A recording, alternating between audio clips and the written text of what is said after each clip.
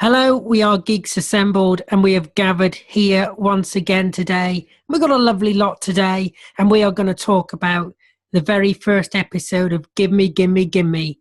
And today we're going to let's start off in Wales, in sunny Wales, with our dear friend, Mr. Stephen Price, all the way from Swansea. Sunny Wales, and the sun never shines in Wales. Should know that by now, Aled. Yeah, I've seen clips of it before. Never watched the series. I watched the first episode yesterday. Very good, very funny. Looking forward to watching the rest of the series, and I'll tell you my favourite bits later. Yep, that's fine. Let's move on to Beef Dad. What did you make of this, Beef Dad? Well, I watched it all when it was first aired, and I just love it. It is the most outrageously camp situation comedy ever put on television. You've got Kathy Burke playing Linda, who walks around and she always feels that lesbians are following her. And her language is extraordinary. Then James Dreyfus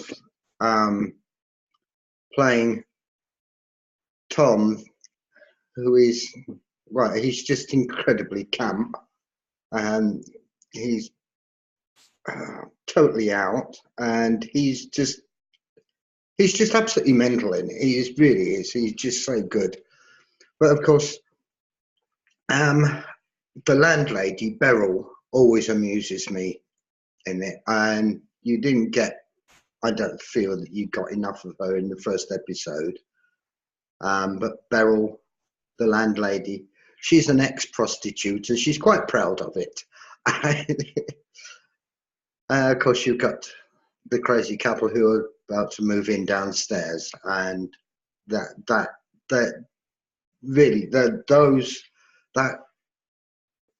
little collection are just absolutely brilliant. They bounce off of each other incredibly well. If you wanted a perfect cast for this, you couldn't have found any better.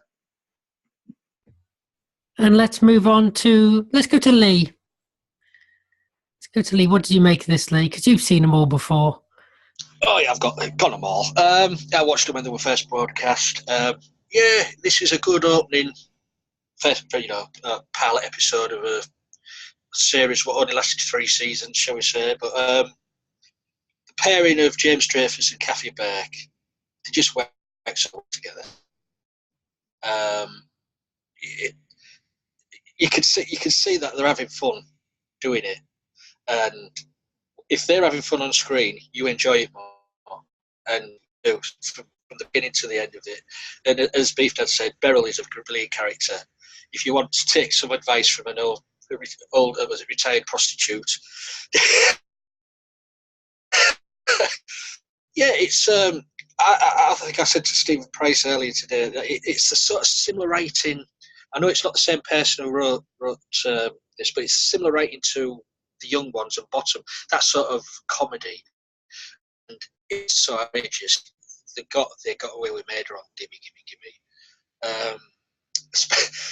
Just one with the ventriloquist comment. As James Dreyfus said in an interview, they would never get away with it now. Which is a shame, because take away all that sort of thing, it's just not comedy anymore.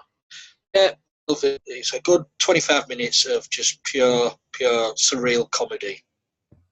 They rock, and it's just a shame that they don't make any more. Yeah, there's definitely lines in this which you would not feature in a new program today. They just wouldn't have it in there. And even the wolf whistling, I don't think they're even allowed to put wolf whistling into programs anymore, because some people get offended by that, but that was I found that hilarious when she thinks a wolf whistling at her and she's walking back from the shops, with the milk.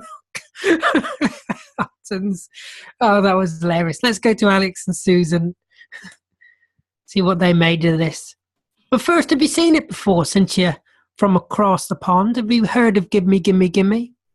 Well, I can't answer for Alex. He'll have to answer in a sec. But I never had, and I really enjoyed it. It was awkward humor. It was funny. It was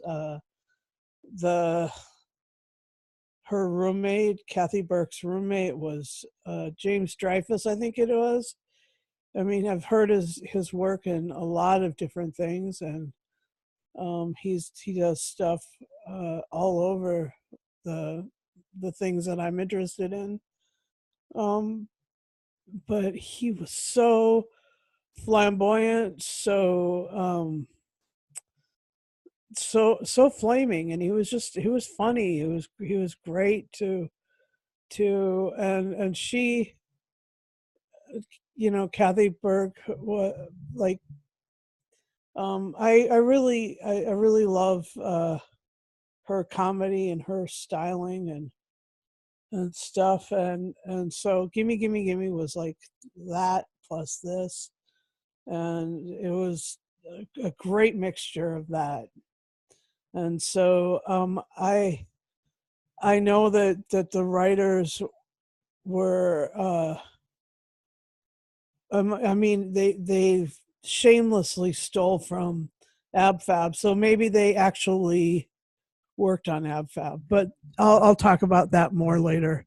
Here's Alex. Have you seen it before? Yeah, when BBC America actually showed British shows from England, not just because they had British actors or not just because they cared about the ratings, they actually, back in the early 90s or 90s, early 90s, they actually showed British TV shows, even with a warning saying that it may not be suitable for all audiences.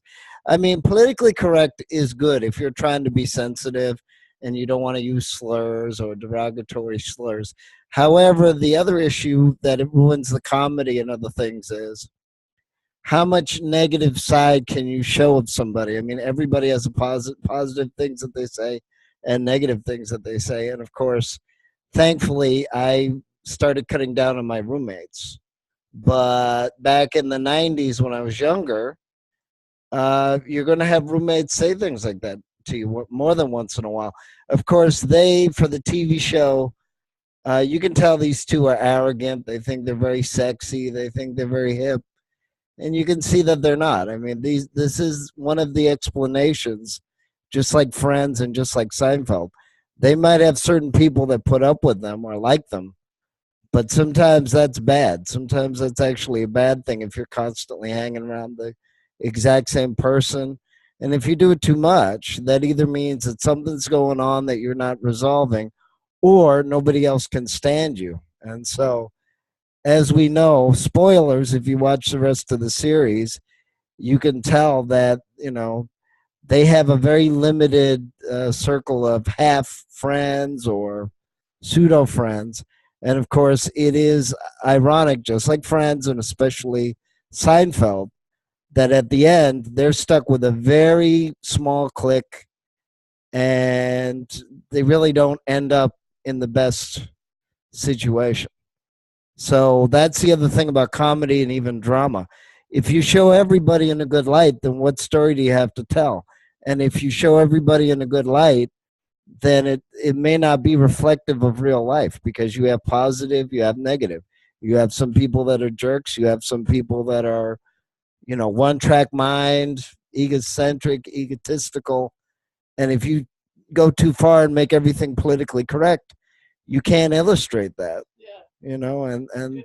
And then you might as well get rid of all fiction, because some of the biggest fiction around shows both good side and bad side. And if it's really good, it shows everybody has a good side and a negative side.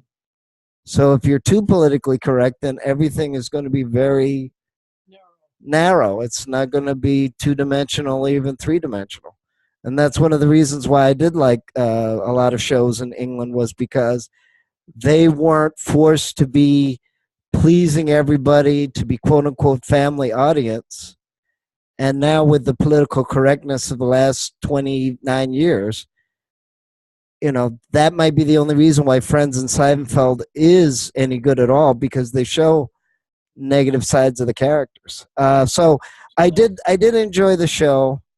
It does feel a little bit like Ab Fab. Maybe it's in the same school. Maybe it's, again, Jennifer Saunders was in The Young Ones. She was in a couple episodes when she was trying to break out. And, you know, that was the other issue about that show, is that you see, don't they even have, what's her name? Linda has that mirror, and then she has a little blonde doll with the name Patsy on it. Yeah, that's what No? Wait a minute. I thought it was. No? Yeah. Wait a minute. It's not. No, it's not Patsy from AbFab. Well, it No, but there is a seemed doll like it, called though. Patsy. There is It's a- Patsy. It's Patsy Kensit, who's married to Liam Gallagher. Oh, okay.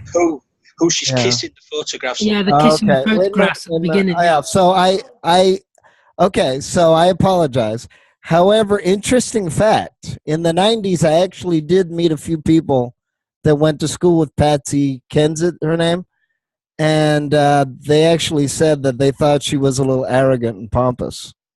Not everybody I met, but I did meet some people from England that eventually moved over here to Massachusetts. And I think a couple of them did meet the Gallagher brothers from the Oasis band, or whatever the group, or whatever they call it. I don't know if, are they still around, or are they gone now? Are they semi-retired now? That was a one-hit wonder. Well, I thought they did a little better than that. Didn't they have 3 hits at least? I mean, it wasn't a bad band. It wasn't bad music. If you don't mind a Beatle, sort of an imitation Beatle pop kind of world. But anyway, yeah, so I mean, that's the other thing. Plus, this is from the 90s. And we were actually talking about that, yeah, because everything's so politically correct and liberal and try to be all inclusive. There's actually a lot of shows that couldn't be made today, like Baywatch and Xena and all that. But like I said, it's still good for the time. This is a very interesting character study. And yeah, again, that is pretty funny about the wolf whistling and all that. Which, yes, they're really trying to discourage that no matter where you're from now. But that was kind of funny that she thought that everybody was paying attention to her when it was another woman that she was constantly calling a lesbian, even though the other woman didn't talk to her. So that's kind of a bad character trait there, that she's making a lot of assumptions. Anyway, let me let others chime in. Oh, that thanks, Alex. You could have passed to others. For me, I haven't seen this in donkey's years. I actually can't remember the last time I seen it, but I know it came out when I was 10. I was 10 when this show came out. Can you believe that? And I mean, I'm only 20 now, so how do you work that one out? 40. Just hear Alex in the background. I love Kathy Burke. Kathy Burke's amazing. Honestly, Susan, she's funny in everything that she does. She used to do Harry Enfield and that. Harry Enfield and Chums and Friends, or whatever it was called. And she's played so many fantastic characters. And she's absolutely fantastic in this as well. She gets the character down to an absolute T. Yes, the writing's good, but you also have to have the right actor or actress to play the part. And she plays it brilliantly. Same as James. I mean, I remember him from the Thin Blue Line, which I watched quite a lot. And so yeah, they were both the best choices to play these parts, and they bounce off each other with clever writing and good one-liners extremely well. And the physical stuff that they do well as well, you know. So it's brilliant, and it's a good first episode as well. And that's hard to do, because a lot of comedies, they might become successful, But some of the best comedies start off poorly. I mean, Blackadder didn't start off particularly well. Only Fools and Horses didn't start off particularly well. But this started off knowing what it is. It knew what it was, and it knew the comedy it was going for, and it went for it. And there are words in there that you just couldn't use in a television show today.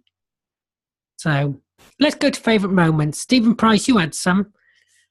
What were they? Yeah, the attractive girl walking down, and what's her name was in front, and she was loving it. She thought, whistling. Yeah, they were. I brought up that point earlier, Stephen. Pay attention. Shut up. That was my favourite. That was my favourite moment. I couldn't stop laughing at that. Let's go to Beef Dad. Favourite moments? Particular standout scene? When Kathy Burke gets up in the morning and goes around, kisses all the photographs of the Gallagher boy, then sticks the pin in the doll. And I don't know if you noticed, but there was also a picture of her on the wall with darts in it. And she makes me laugh. Basically, Kathy Burke just has to stand there and with that look on her face. And it's that look on her face that always creases me up. The other bit that was just brilliantly funny was when they were in the kitchen and Jez walks over to the sink and he's cleaning it up. And the two of them, the interchange between Kathy Burke and James Dreyfus at that point was just so funny. Just so funny. Was he with yours? Was he with you? Was he with me? And then she goes and checks her bed. That just creased me up completely to actually go and check the bed, and she's sniffing the sheets. That was just so basic but funny. Yeah, those bits, and of course the first time you see Beryl, and we already talked about it, but yes, she was an ex-prostitute. But for her to turn around and just say that she's an ex-prostitute, I remember when it first came out, and when she said, yeah, I'm an ex-prostitute. I just creased up laughing. I just could not stop laughing because this is a woman. Rosalind Knight always played in the sort of what would you call it, period dramas, and she was always a total lady, usually one of the friends of whoever was the lead woman in it. And then to see her playing an ex-prostitute just blew everything away suddenly. You went, what? And then you started giggling, and I just giggled for ages after that. And let's go to Alex and Susan. Any favourite moments you'd like to mention? Well, I thought that really was Patsy Stone, not Patsy Gallagher or whatever the doll was. So there goes my favorite moment. Shot with holes with you guys and your eloquence and your insight and knowledge, and Damn you, Lee. Dang geeks. I can't even freaking believe it. Anyway, that's You right. ruined it for Susan. Hope you feel sorry about it for yourself. My my other favorite moment was when the guy who had stayed in their room was or on their couch or whatever was in the kitchen facing the other way with his pants on, and then the way they described his like 2 avocados and a hanky or something like that, it was like 2 eggs and a hanky. It was, oh my gosh, the descriptions of that man's bottom were it was great. Anyway, so that was funny as heck. Anyway, here's Alex. Well, yeah, I mean, obviously, you know, it's the 90s and they want to shock the audience a little bit. Yeah, that's the other issue too, is that it, you know, more than occasionally, and especially in the 90s, they wanted to shock the audience and titillate the audience, excuse me the expression. But yeah, you probably couldn't do that today, or it would have to be on cable. But yeah, I mean, it's that's the other irony, is that they're very sexually charged for people that don't seem to have sex. The other irony of talking about it a lot, but do they actually participate? Are they just talking? I know plenty of people, even in Massachusetts, that they talk about it a lot. Yeah, they talk about it, but they don't actually participate. Got one of the cast. Yeah. Oh, easy now. Easy. But yeah, yeah. I mean, there's a lot of moments that I actually do like, and like I said, it was trying to be like Young Ones and Absolutely Fabulous, and a couple other shows where I think they were trying to shock the audience and push the envelope. And I don't know how much you can do that nowadays, and you can't do that on general TV, I guess. Yeah, and also too, this is also 20 plus years, so of course, as the eras go on, the decades go on, I guess you have to either find new innuendo, not that they use it anymore, or you have to find new ways of trying to shock the audience, because even in the 70s, they were still using a lot of innuendo, whereas now they probably would basically just say it, because there's, you know, they're still trying to push to use the S word on the general audience, and that's still not allowed in America to even say the S word. Even Salt. though most people say it. No, but you know the one. I don't need to say what it is. The profane word. It has the same you letter. Definitely can't say it on YouTube, that's for sure. It has the same. It has the same letters as the word this. THIS. So if you move the letters around a bit, you get what I'm. Yeah, that's what I'm far saying. too complicated for the sole viewer that's watching No, this. it's not the sole viewer. Give a little bit more credit than that. Yeah, so 2 then. 2. Yeah, no, it's more like 8. It's more like 8 because I shared to my group as well. So there's a real crowd watching this today. Yeah. So yeah, so actually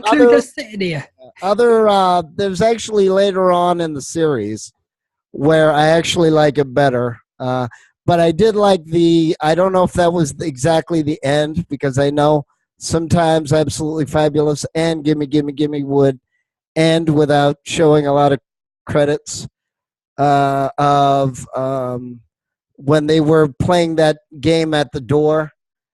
And I guess she was using like the same answer for like 6 examples. And I don't know if they were trying to make fun of American TV or just TV in general. That, you know, because, yeah, it can be very formulaic. I mean, you know.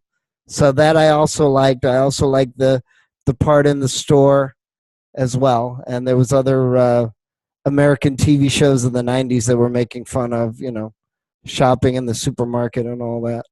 But yeah, I've seen more episodes of the show, and it is a good show as long as you're willing to put up with the sort of rudeness and the 2 dimensions of the characters. Oh, when she's carrying back the jugs of milk, and she's all like do do do do do do do do. Again, as I said to Stephen Price, I've mentioned this bit already. Doesn't anybody listen? I'm sorry, what? Who's stealing from who then? Eh? Stephen Price is stealing from me, and you're stealing from Stephen Price. You know what? Lee's going to mention it next. Whoever listens to you, Aled. Sorry, was somebody speaking then? Is it my go now? No, Alex hasn't finished. He's still got another half hour yet. No, I finished. Still another half hour yet, Alex. I finished. We're going to make up the time. Come on. Well, since it's my go now. Go on then. I can't. Well, you've gone through all that. You've not left me with many favourite bits to go. I mean, I do like the theme tune. No, hold on a minute. I have got a. I mean, okay, yeah, where they're reenacting the TV shows at the door at the end. That's good because Tom is an aspiring actor, and a crap one. He is. Yeah, as you go through the series, you find out he is an absolute crap actor. He can't act the toffee. But one of the things what nobody has mentioned. Well, I hope you haven't. You're in trouble if we have. Is the not where she's going down the street with the milk? No, it's the note what Jez left. Oh my God! Peter again, not listening. We've already mentioned this. Jesus, what is wrong with everyone? PTO. And also the handwriting specialist over the phone. Now that that's funny. Yeah, that was funny. Yeah. But yeah, it's just a fun show to watch. I mean, it does get more as the series goes along, more and more surreal, and it's just pure fun, filth. I mean, it's that camp. You've even got Dale Winton. And Zoe Ball. Again, another thing that we've reviewed with Zoe Ball in. She was in Still Crazy as well, which Susan picked. Oh, I wasn't there for that. I don't know why. I wasn't there for that cast. I don't know why. Because you were out partying. Was I? Oh. You cannot remember because you were that blitzed. Oh, really? I thought it was a joyful cast. Well, yes. I have seen the edits, and I didn't notice of one of the cast. This is the best cast ever because someone's not in it. Mr. Aled Williams. I didn't think you'd watch it. Yeah, and there was no insults that night. There was no insult for anybody. Shut up, you. It's always an insult. Shut up, you. But I've got to say about James Dreyfus. He's great. He is, but he also admits himself. People expect him to play camp characters, and he's not camp at all in real life. Yeah, I watched that interview you sent me. It's a good interview, though. Yeah, it is good as well because now he's playing the first master in the. I know. Audio, it's awesome. But he looks like the master as well with that facial hair. Well, yeah, he's got facial hair at the moment. Yeah, he really looks like him.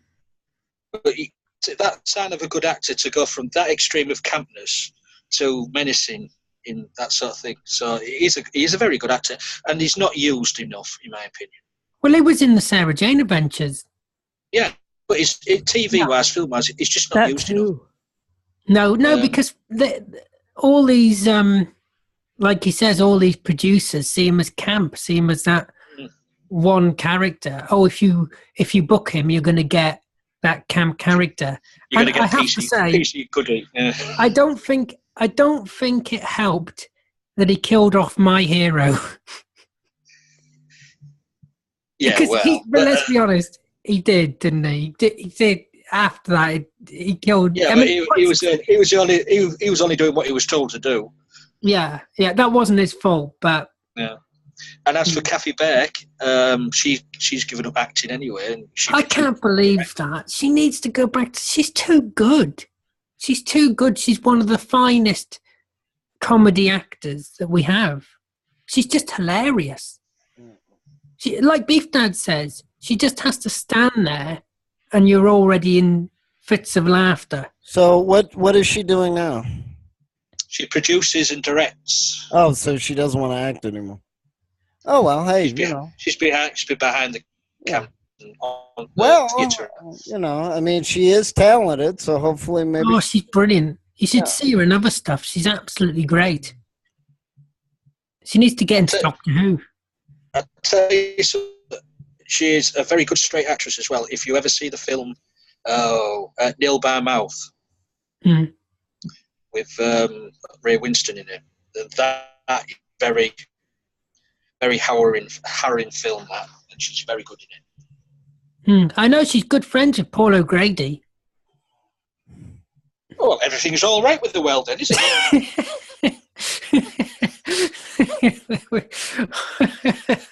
Well, I'm glad it is. Let's go to final say and score. Let's start off with Alex and Susan for final say and score since they're unmuted. And Alex, final say and score. Keep it under 20 minutes, please. 20 minutes. All right, I'll give it a 9 out of 10. It was really enjoyable. I guess I might try and find the rest. And Susan, can I just ask, if he goes over a minute, take the microphone away. Praise it or pull it off him. No, I'll just give him, yeah. Well, I didn't give my take score. It off him, quick. Take it off him. All right, easy now. I didn't give my score, but I basically did a summary already. I give it an 8.5 for the series. I'll give it a 9, actually. I've seen this before in the 90s, and it was also funny how many times I mentioned the Spice Girls as well. But yeah, I mean, it is a good series. Pilot isn't the best, but they did a lot with the very few sets they had. And a lot of oddball characters, great acting, if you keep in mind, too, that these are kind of loathsome people. Oh, thank you for that. Alex, let's go to Lee. What would you give this out of 10, Lee? For the first episode, it does what it sets out to do, but as you go along in the series, there is a funnier episodes. I'll give this an 8.5.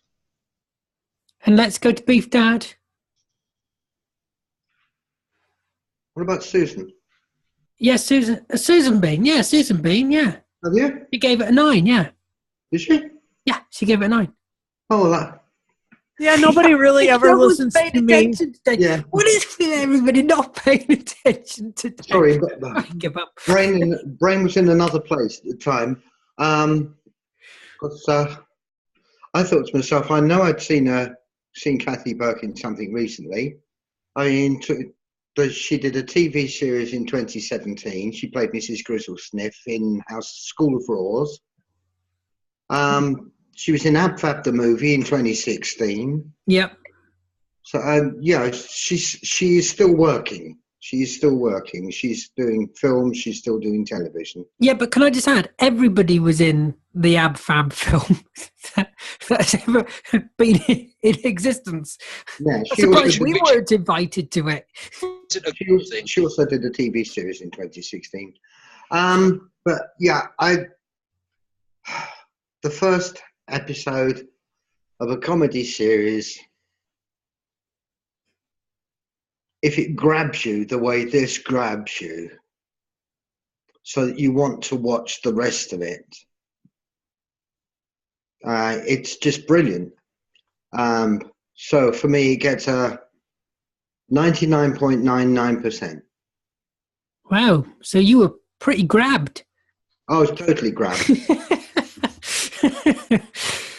And as for me,